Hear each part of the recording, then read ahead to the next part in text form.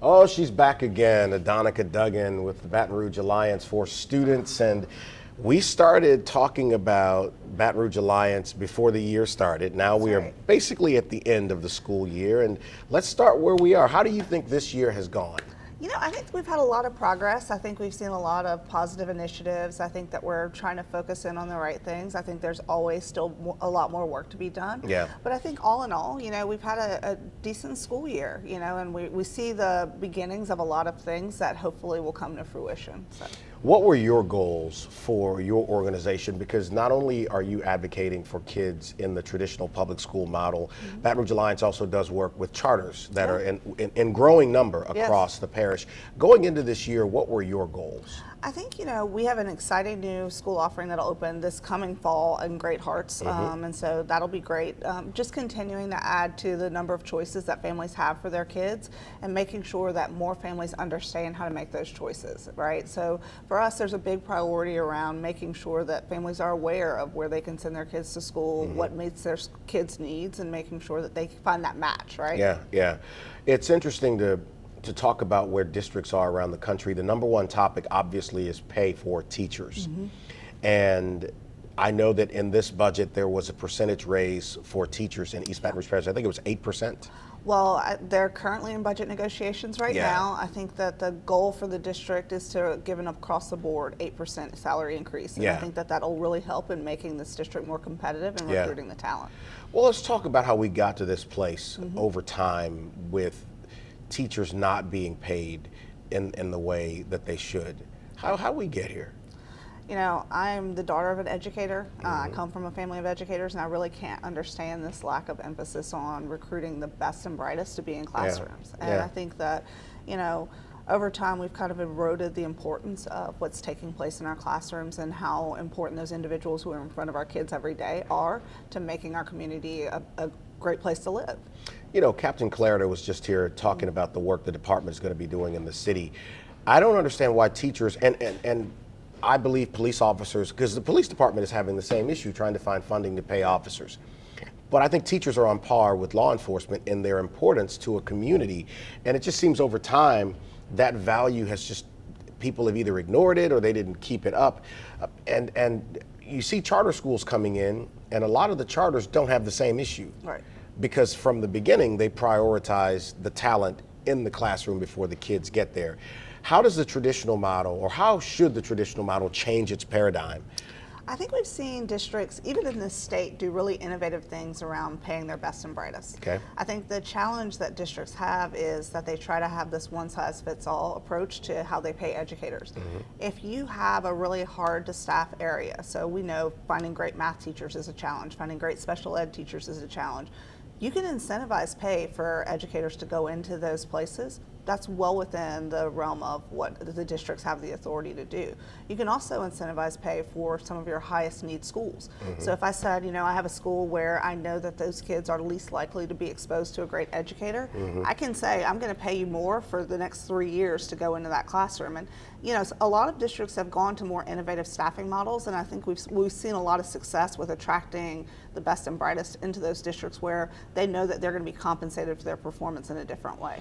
It's so interesting because around us, you've got West Feliciana, top 5 school district. Zachary within the parish, top 5 school district. Ascension Parish right next door, top 5. Livingston is among some of the better school districts. And here is EBR, constantly the little engine that could, trying to do it. Is it just because of the poverty here, or what's the cause? And we got less than a minute. We'll start and come back. Yeah, I think that, a lot of people will tell you it's because of poverty, and I think that that's a belief gap around what we believe is possible for certain children. We know that it takes more resources. We know that it takes more supports. We know that it takes more interventions. We know that it takes high dosage tutoring, and you've got to start implementing some of those things that are effective. So, we're obviously we're going into the summer, as we just talked about in the last segment. Kids are going to be out of school. What are your thoughts on these districts around the country doing or looking at year-round school?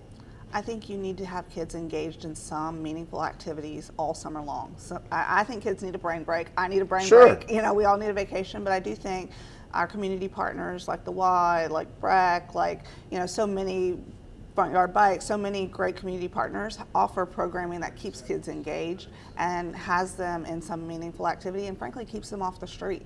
You want them to be with adults who love and care for them, and you want them to be continuing their learning all summer long.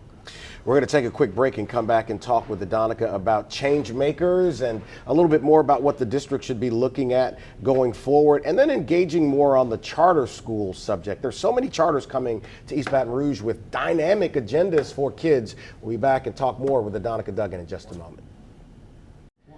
Oh, if you could be privy to the conversations we have during commercial break, maybe we'll come up with an all-access thing that we could maybe sell down the road. Back with Adonica Duggan with Baton Rouge Alliance for Students. And, the elephant in the room, obviously, is that our school superintendent has applied for a job someplace else. And we're not going to get into that today because it's up in the air. So who knows where that's going to be. At some time, we'll have a chance to come back here and talk about whether he remains here or ends up going to Broward County.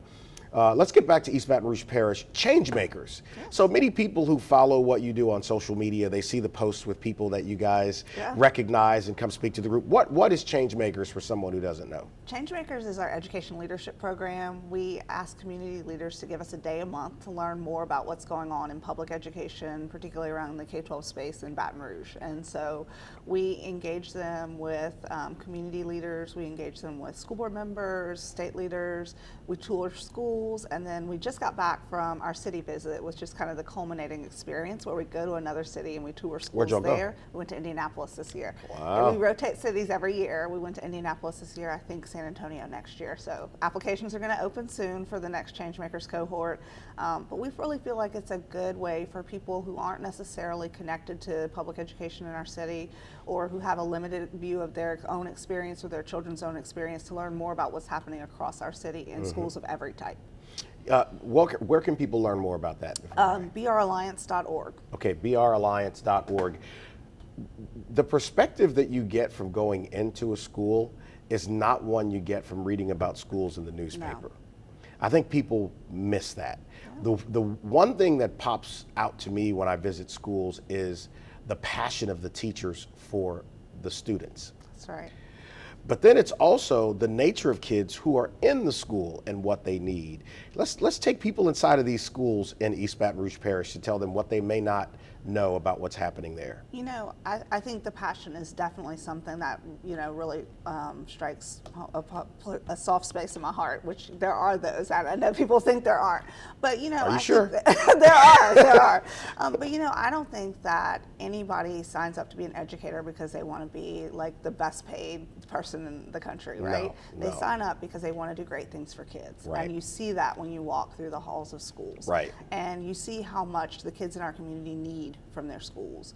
When we went through the pandemic, we realized how many kids were relying on schools for the meals that they had. Yeah. How many community services come into the schools and connect with young people and their families there. And so I really believe that our schools are community hubs, and we have to treat them as community hubs, and we have to make sure that the resources and support that families need are concentrated in the places that they're most likely to have access. And frankly, that's the place that they send their most precious possession every day. Not that, boy, let me start something here. Not that that you would run the school system here. Absolutely not. But she could absolutely do never. it, though. Yeah, She could do it. I'm just telling y'all she could do Law it. says I can't, So she could do it. So, but if you were, AD, you are very knowledgeable about what is working, and you just talked about visiting other districts to benchmark what successes are and how they're dealing with problems. What would be your priority list here? I think literacy. I think, the state superintendent and I think our EBR superintendent have both had a priority around literacy rates. Okay. And I think that what we know is that if a kid is not on track by third grade, their likelihood of being able to catch up and have life outcomes that we want for them is very minimal. Okay. And I think that, we know that we have to start putting stronger interventions and supports in all of our lower elementary schools. We have, the number of schools where we have less than 10 third graders reading on grade level in this city is abysmal. I just love the work that you're doing, and even during the summer, we'll be talking with AD about things that people should remember. I really think there should be a concerted effort to message to parents during the summer about not letting that lag pull their kids back, especially kids who are already behind. Absolutely. Look, in under a minute, I want to be able to say congratulations to your baby who's graduating from high school this week. Oh, she's going to ugly cry so bad. Ugly cry Listen, so bad. I need a photo of somebody if you catch her doing it. All right. So again, where can people learn more about Baton Rouge Alliance? bralliance.org or on all the socials. bralliance.org or on all the socials. Thank you for the work that you do. Thank you. And Adonica does a whole lot more than even you guys may imagine, but she could do that job. But I'm not starting anything. I'm just saying that. That's just me. No. Happy Memorial Day to the families who are remembering the fallen, and also, what a loss. Tina Turner. Rest in peace, Queen. See y'all next week.